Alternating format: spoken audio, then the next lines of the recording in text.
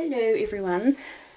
Okay, so in this video I'm going to show you how I make my own personal protection oil, and I've held off from doing these sorts of videos where I'm showing my own unique blends because I'm very protective of my practice, I guess, and I'm a very private person, and there has been in the past a bit of copycatting that goes on, that I have seen go on here on YouTube, and quite recently actually. I mean, Joey Morris has had one of her videos stolen. Thankfully it's been removed now, but there's always that risk that you take when you share quite private parts of your spiritual practice, that someone will think, oh hey, I wish I'd thought to do that, and then kind of start doing videos using the ingredients that you've used or whatever and sort of claim it as their own, and that really annoys me.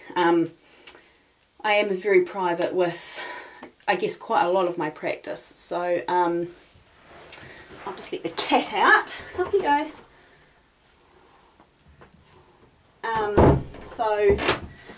But anyway, I've decided that I will do this video and I will show you how I make my own protection oil, and we'll see how it goes. I did start this channel to share and to kind of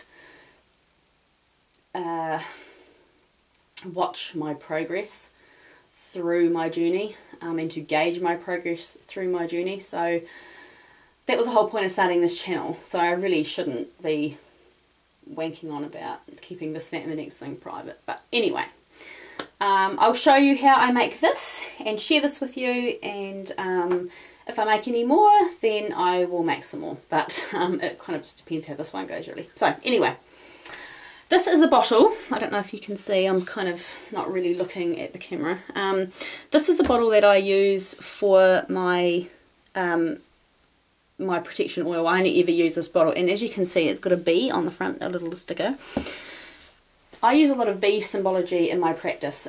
Bees are very protective, for me anyway. If you think about the bee in nature, they are good at protecting themselves. I mean, I'm sure most of us have had bee stings, and some of us are allergic to bee stings and can die from a bee sting. They hurt like a mofo, especially when you stand on them. So they're good at protecting themselves. They protect their hives to the death. They basically live for their queen, and they work themselves to death in the summer. They only last about 6 weeks in the summer. I don't want to get into the whole, like, ecology of the bee, but they are really strong protective symbols, and really strong feminine protective symbols as well, because the worker bees in the hive are all female. The drones, or the males, are there purely for fertility reasons, if they need to make a new queen, and they're actually turfed out of the hive in the autumn. So the bee has always been a very strong protective symbol for me. I use bee symbology a lot in my practice. I use bee charms, I use images like this, I use actual bees. Unfortunately they do tend to commit harikari in my conservatory on a regular basis in the summer, so I collect them. If I see them alive I obviously let them out, but if I like find any fallen ones behind the couch or anything, then I either return them to the earth, I bury them, or I will use them in some form or another, which sounds a little bit creepy to some, but that is what I do. Anyway, so that's why there is a bee on there. Now the first ingredient that I use is salt. I don't use salt for cleansing or prosperity, for cleansing or purification. I use salt for pure intention. A lot of people use salt for the cleansing properties, but you'll find that when you start working with herbs, a lot of the energies will overlap. Like, for example, rosemary is very purifying, is very cleansing, so is white sage, and off the top of my head, so is hyssop. I use hyssop quite a bit too. So I use herbs that already have those energies, so I use salt for pure intent, because everything that I do in my practice is of a very pure nature. I don't do any malevolency,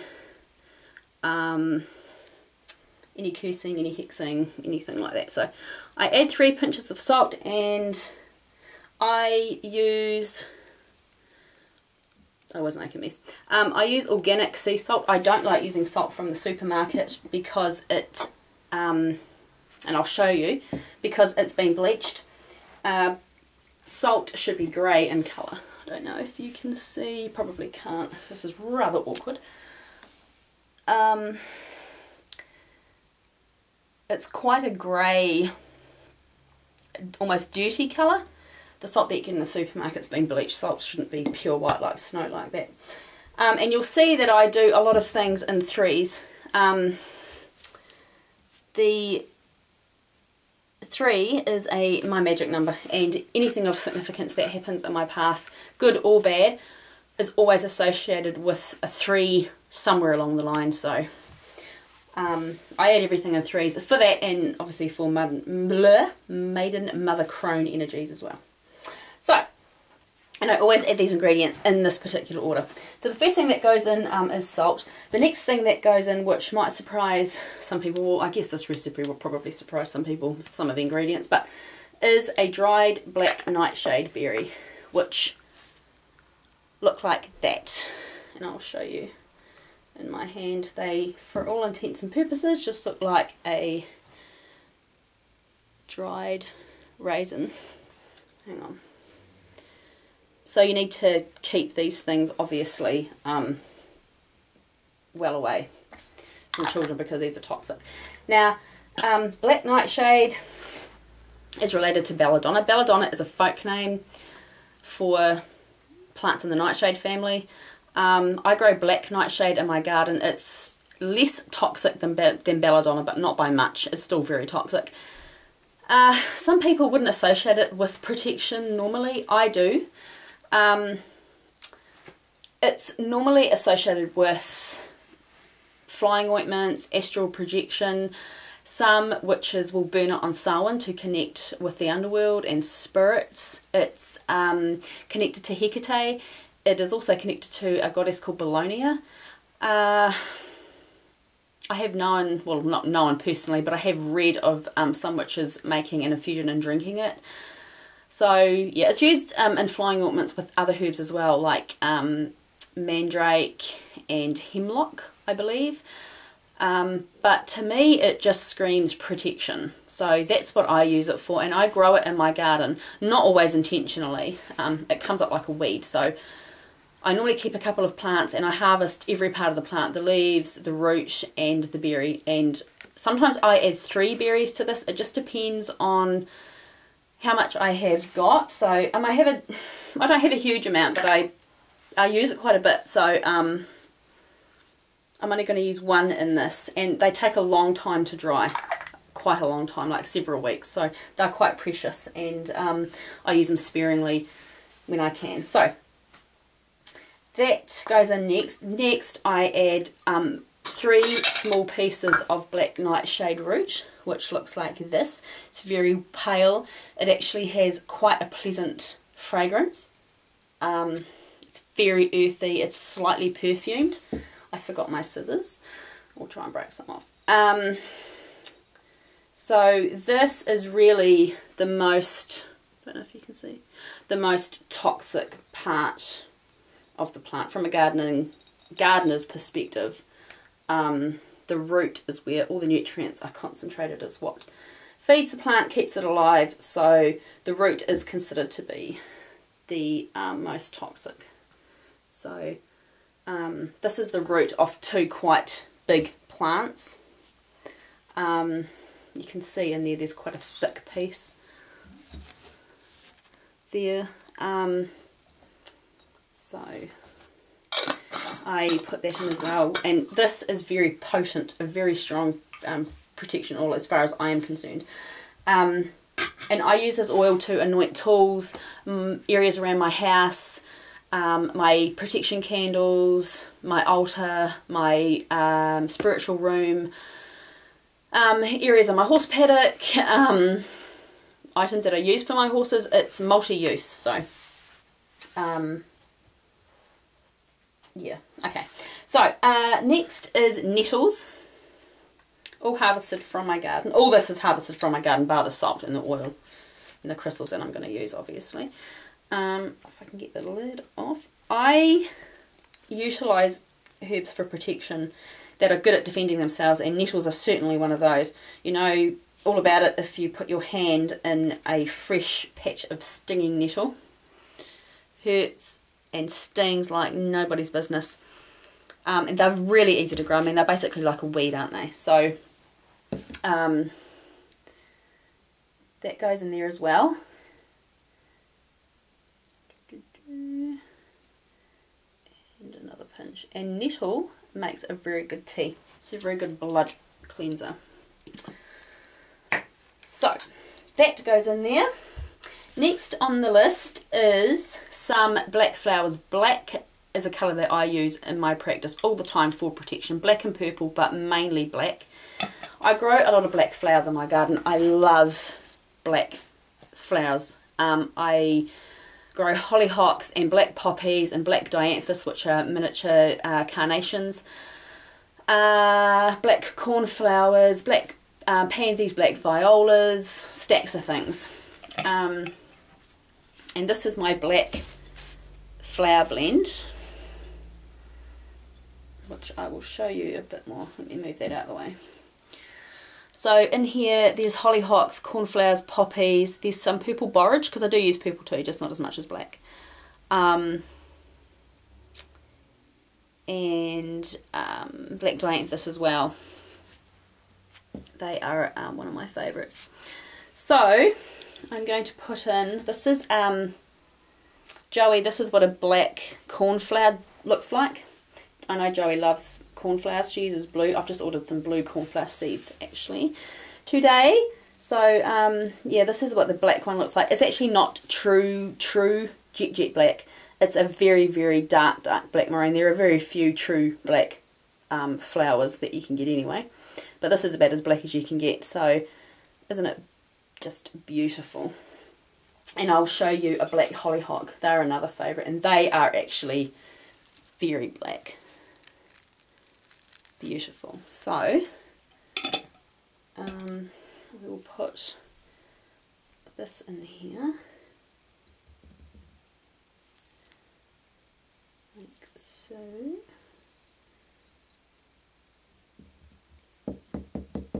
Get in there.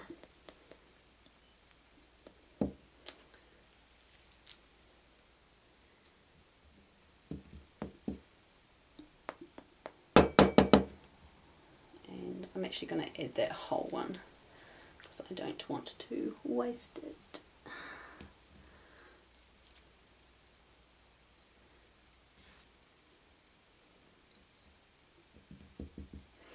Okay. I have an essential oil that I'm going to add. I'm going to add that one after the carrier oil's been added. So the next ingredient is 3 apple pips. I add apple pips to represent myself actually in this. 1, 2, 3. I do a lot of garden witchery. That is really where my main focus of my practice lies. I love gardening. I'm an extremely passionate gardener. I grow the majority of my herbs for my practice, and apples are good for gardeners. They're really good for healing as well. You can use them for a myriad of different things, but for this blend I use it as a representation of me, of my connection to my garden, to nature, protection for my garden. I mean, I literally smear this oil here, there and everywhere. So that's why I use apple pips. And apples you can use for love and lust as well. They're a very magical fruit, and I eat a lot of apples, so I just, when I cut them up, I just take the pips out and put it in a small dish which sits on my bench and dry them out. And I use them in lots of different things, but I really like them in this blend. So that's that. Now I'm going to add the oil, and I hope to goddess I don't spill it everywhere. I use almond oil for my carrier oil. I'm not a big fan of olive oil. I sometimes use apricot oil and I sometimes use grapeseed oil, but almond oil is my oil of choice. I like to use a very neutral oil. I don't like oil that has got a lot of of smell. So we will fill it up.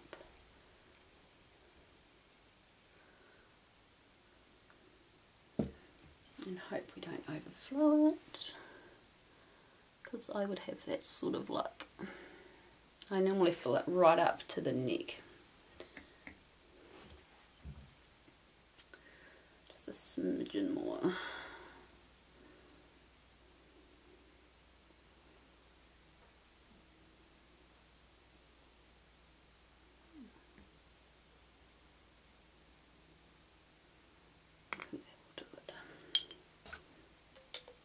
Oops, wrong lid.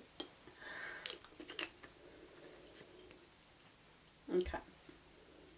God, I love the smell of that incense. That's my frankincense and myrrh incense. I love it. It's my favourite. Okay, so that's the oil. Next, I add 3 drops of rosemary oil. Rosemary is my signature herb. I add it to literally everything, every blend, every oil blend, anything. I always have rosemary in it. Rosemary carries all of the energies: protection, love, lust, healing, health, cleansing, purification, prosperity. I grow loads of it in my garden. I use loads of it. In this, I prefer to use the oil. It smells absolutely gorgeous. I cook with it. I have it in my bath. I make tea with it. It's just lovely. So I add 3 drops of rosemary oil. And I add some crystals. I add clear quartz. Clear quartz does the same sort of thing as dragon's blood. It adds potency to blends. And I didn't want to put dragon's blood in this. Well, I don't put dragon's blood in this. I prefer to use clear quartz for that. And I add 3. But I used crystal chips because once I've used this oil, I actually, like what's left, I actually return the whole lot back to the earth and I bury it. And I don't want to be burying decent sized chunks of crystals because then that's going to get expensive. Anyway, I doubt very much I'll be able to fit them in it. But that's what clear quartz does. It adds potency. I also add black tourmaline as well to it, and I add 3 of those. Let me get a decent one. I brought these little bottles. I thought these little bottles were a lot bigger than what they are, but they are tiny. I was really disappointed I didn't read the auction properly when I brought them. 1, 2, 3, and I add black tourmaline, I can never pronounce it properly, for protection, because it's black and it's my colour that I associate with protection. And that's it. Put the lid on and I give it a good shake.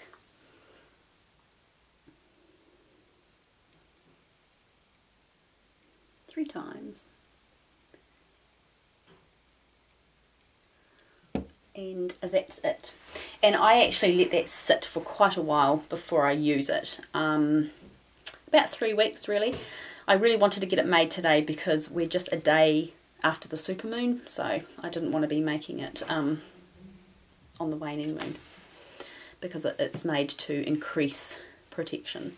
So I really love it. I think it's quite pretty, and I'm quite an aesthetic person. I like things to look a certain way, which is a bit vain, I know, but yeah. So I haven't been practicing actually all that long, so I am very protective of my recipes that I make. So I just ask that you are quite respectful. I may not use ingredients that you would naturally associate with protection, but this is what works for me, and this is what I've been doing for as long as I have been practicing. So yeah, that's it.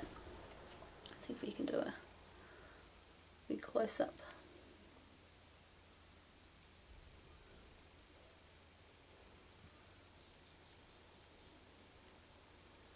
So So that is my protection oil, and I will do some more videos, providing this one goes okay, on some more of my blends that I make. And I thank you for watching, and I will see you next time. Happy days.